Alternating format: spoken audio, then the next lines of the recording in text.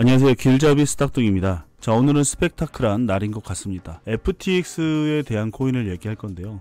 FTT 코인이 여기 파산을 하겠다 얘기가 나오면서 와리가리 했고요. 여기서 요만큼도 정말 어마어마한데 여기서 다시 한번 급락을 하고 다시 한번 상승을 해줬습니다.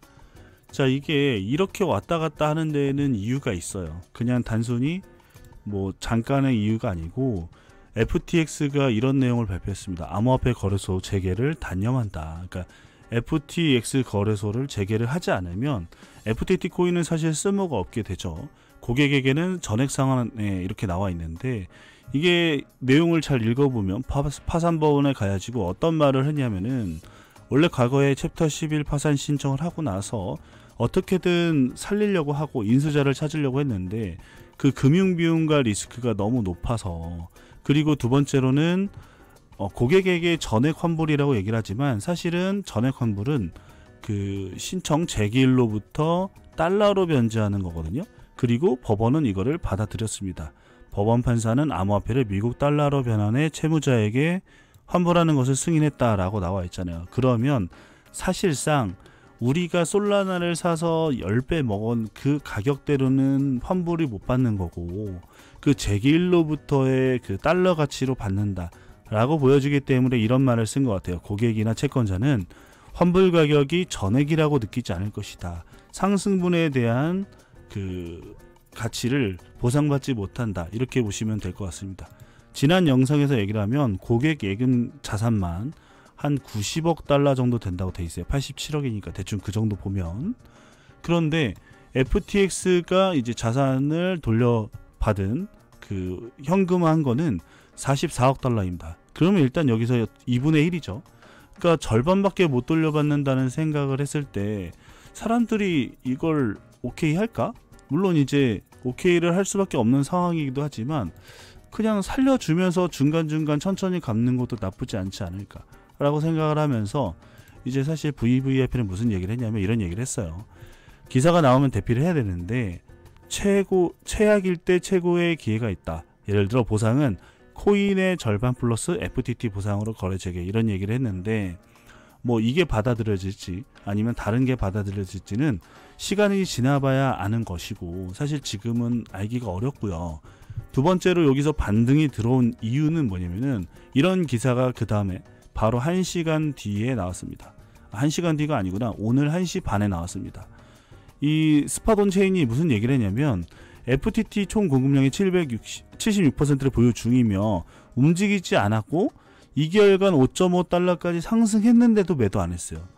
이상하잖아요. 알레마드의 자산이라고 얘기를 했어요. 이게 지분증권이기 때문에 상승했음에도 매도를 하지 않았던 이유는 아무래도 거래가 유통량이 제한된 상태에서 이 이슈만으로 게임을 즐기고 있는 거 아니냐라고 얘기를 하고 있습니다. 저도 무슨 생각을 하냐면 그 생각을 항상 했어요. FTT 그러면 자산을 매각하면 되지 않나? 근데 매각을 안 한다는 거는 뭔가 딜을 하려고 하는 것이 아닌가라고 생각을 합니다. 그리고 두 번째로는 FTT는 증권형 토큰이기 때문에 여러분들이 이제 보상을, 하락에 대한 보상분은 못 받는다고 나와 있습니다.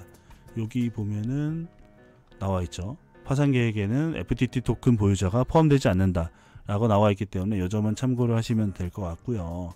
그 다음에 이제 제가 챗 GPT한테 한번 물어봤어요. 이걸 물어보니까 챕터 11의 스타일은 뭐냐면은 내가 회생을 하려고 마음 먹었을 때 이 회생 그 파산 신청을 하는 절차입니다. 그러면 만약에 내가 그냥 포기하고 다 돌려준다, 그리고 나 이제 더 이상 안 할게 라고 하면 어디로 가느냐? 챕터 7로 갑니다. 그러면 무슨 생각을 하냐면 챕터 11에서 챕터 7로 신청을 해버렸으면 됐잖아요. 지금 그냥 돈 돌려주는데 챕터 7로 하겠다 라고 하면 되는데 챕터 7은 진짜 마지노선이거든요.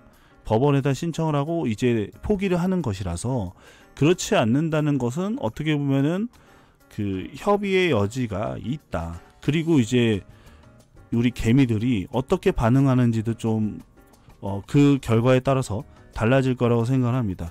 아니 내가 생각했을 때 투자한 코인은 다 돌려받지 못하고 현금만 돌려받는다고 하면 내가 그때 당시에 한 3천만원 있었는데 급락을 해서 뭐 2천만원 됐을 때 그 제기된 돈 2천만원만 받는 건데 만약에 예를 들어 얘네가 회생을 해서 코인으로 돌려받는다고 하면, 아니면은 뭐 다른 걸로 어느 정도 돌려받는다고 하면, 아니면 다른 보상으로 다시 대체를 한다고 하면 3천만 원에서 올라간 거에 한 7천만 원 이렇게 받을 수도 있잖아요. 물론 이제 사람마다 생각은 다르겠지만 어쨌든 간에 협의의 여지가 있지 않나 라고 생각하는 게 저의 의견입니다. 그래서 아까 급락을 했을 때 조금 투자 기회를 잡으신 분들은 사실 있었어요. 뭐 몇몇 분들을 얘기를 하면은 이렇게 잡은 분들이 있어요. 이런 건 이제 자기의 능력이기도 한데 저는 정보만 전달하니까 아무튼 간에 그런 기회가 있었던 것이고, 두 번째로는 이게 위험한 건 맞습니다. 하지만 우리가 빅숏이란 영화를 봤잖아요. 이 빅숏에서 정말 큰 수익을 났을 때는 내가 정말 강하게 베팅을 하는 건, 남들이 안 했을 때 베팅을 했을 때 큰 수익이 나는 것이기 때문에 이것을 뭐 이게 맞다 안 맞다는 사실 어려울 것 같아요. 제가 지금 당장 판단하기는 어렵지만 아무래도 챕터 7을 신청을 안 했기 때문에 어떤 모종의 계획이 있지 않을까라고 어렴풋이 생각을 하고 있습니다. 그래도 위험할 수 있으니까 여러분들이 올인은 하지 마시고 일정 부분, 그러니까 없어도 되는 돈이라고 생각하는 부분만 놔두고, 뭐 혹시 잘 되면 그래 뭐 100배 200배 먹는 거고, 안 되면 영원히 되겠지, 이 정도 수준으로 생각했으면 좋겠습니다. 아무튼간 저는 그래도 조금 기회는 있지 않을까, 아직까지는 희망을 보고 있고 챕터 7 신청할 때는 그때 포기를 하겠습니다. 자, 일단 여러분들도 한번 이 정보를, 제가 알려준 정보를 한번 생각을 해보시고, 이 링크에 대한 자료들은 그 더보기란에다가 넣어줄 테니까 한번 고민을 해보시기 바랍니다. 자, 오늘의 영상은 여기까지고요. 끝까지 시청해 주셔서 감사합니다.